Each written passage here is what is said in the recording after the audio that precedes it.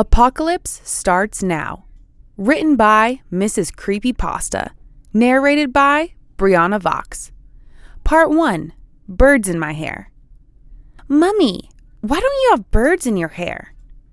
Claire removed the arms she had been using as a sun shield and shifted her head slightly on the pillow to glare at the most inconsiderate 4-year-old she had the misfortune to make.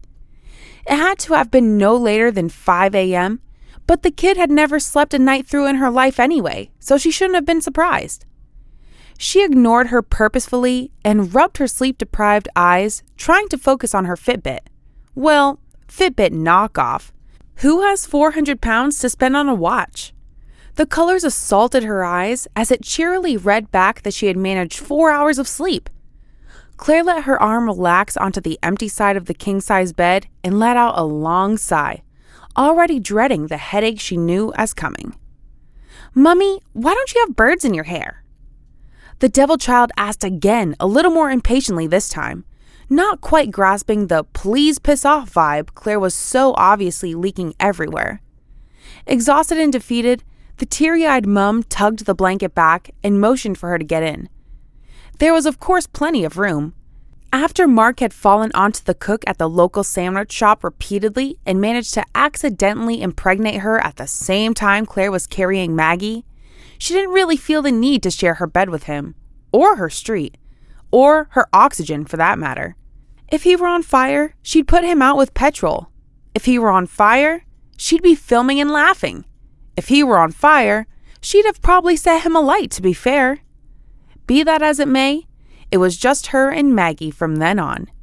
Yes, she had the occasional pang of resentment misdirected towards her, but for the most part, she was her world, her reason to breathe, her reason to carry on through the shit show of life, and right now, the reason why she was so tired. She scaled the bed as if it were a mountain, her little legs scrambling at the loose sheets, trying to find her footing. Claire haphazardly rolled her arm of the bed and hiked her miniature frame over the top of Mount Blanket and plopped her onto the empty side of the bed. From there, she scrambled down onto the cotton sheets and nestled herself into the crook of her outstretched arm. She stared up at her wide-eyed and expectantly. Mummy doesn't have birds in her hair because birds don't like hair? Although answering a 4-year-old's question with a question wasn't the smartest choice to a path back to sleep, she could not think of anything else to say. Maybe it was a riddle. Was she waiting for the punchline to a weird joke she had heard on the tablet she so often shoved in front of her little face for the sweet sound of silence for 2 freaking minutes? They do, she said, scrunching up her little face.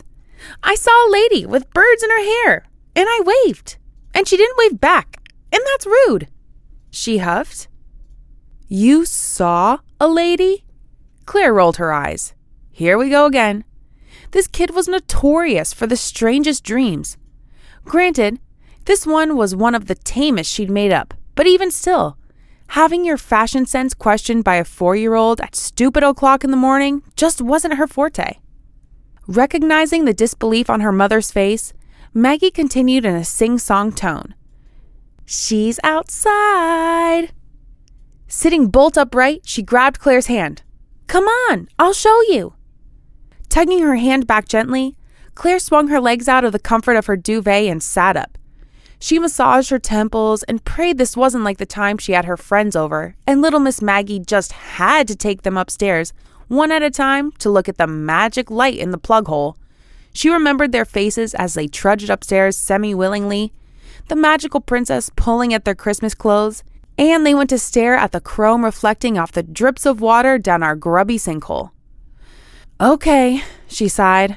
Where's the lady with the aviary for a hat? Maggie beamed brightly and used the blankets to glide from the bed, her pink Paw Patrol pajama pants turning into shorts as she slid. Claire straightened her out as she stood, her eyes catching her child's as she did so. In a moment of clarity, Claire remembered she loved her daughter. It didn't matter what the time was. It didn't matter that she'd had little sleep and had to look after her all day on her own. The truth was, in that moment, Claire was happy she got to look after her. It was Mark missing out, not her. He may have left her literally holding the baby, But this was her baby. She was free to raise her any way she wanted. Maggie was happy. Maggie was loved, and Maggie was safe with her. She held out her little hand and they walked out and through the upstairs hallway. The house was situated at the back of a cul-de-sac, with Maggie's room at the front facing the quiet little street below. As they walked closer, Claire felt the beautiful warmth of the winter sun already starting to gently warm the carpet beneath her bare feet as it beamed through Maggie's opened curtains. No snow yet. It's going to be a good day, she thought. See, Mummy, there! Maggie exclaimed as she pointed out her window. Can I have birds in my hair too? Claire gave out a little chuckle as she approached the window, seconds before her blood ran like ice through her veins. Below her daughter's window, standing just outside of her gleaming white picket fence, was a lady, possibly mid-60s, and she did indeed have birds in her hair and on her shoulders. It wasn't a headdress, though. They were alive, and they were eating her eyes. The blood was streaming down her deathly pale face, and she was just standing stock still, letting it happen. She retched as she pulled her disoriented daughter back from the window and yanked the curtains closed. Picking Maggie up by the waist, she carried her like a rugby ball quickly back to her room and dropped her wordlessly on the bed in desperate search for her mobile phone. This woman needed an ambulance. She's in shock. It's like something out of a Hitchcock novel over here. Jesus Christ! She screamed in her head.